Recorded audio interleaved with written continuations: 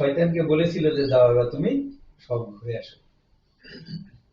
যদি ঠিক রুহটা দেওয়ার পরে তাকে দিত তাহলে ও কিন্তু কলজের মধ্যে চাপ দিয়ে মাইরাও ফেলাইত, ঠিক কিনা বলেন? এই জন্য আল্লাহ ওই জায়গায় গ্যাপ রেখে দিছে যাতে শয়তান তুমি আমার উপরে না যাও, আল্লাহর ভয় দুনিয়া।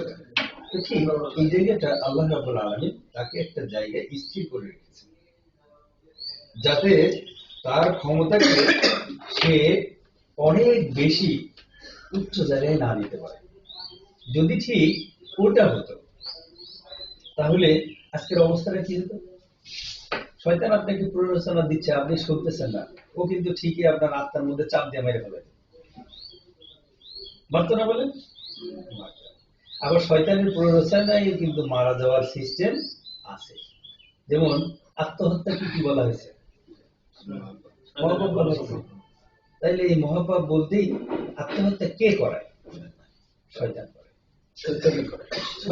এর বাস্তব যদি কিছু দৃষ্টান্ত আপনারা দেখতে চান, যদি কেউ ফাঁস দেওয়া লোককে দেখে থাকেন, ধরেন গাছে ফাঁস দেয় বা ঘরে ফাঁস দেয়, আছে না? এমন শুধু জিবলায় না, আমি একদম বাস্তব একটা চিত্র দেখাই দিচ্ছি।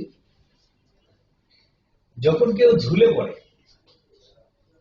যখন এই রশিটা এদিক থেকে টান পড়ে যায়, তখন কিন্তু সে চাইলে তার এই দুই হাত দিয়ে সে কিন্তু এটা ধরতে পারে, সে কিন্তু রশিটা ধরে কিন্তু বাঁচতে পারে।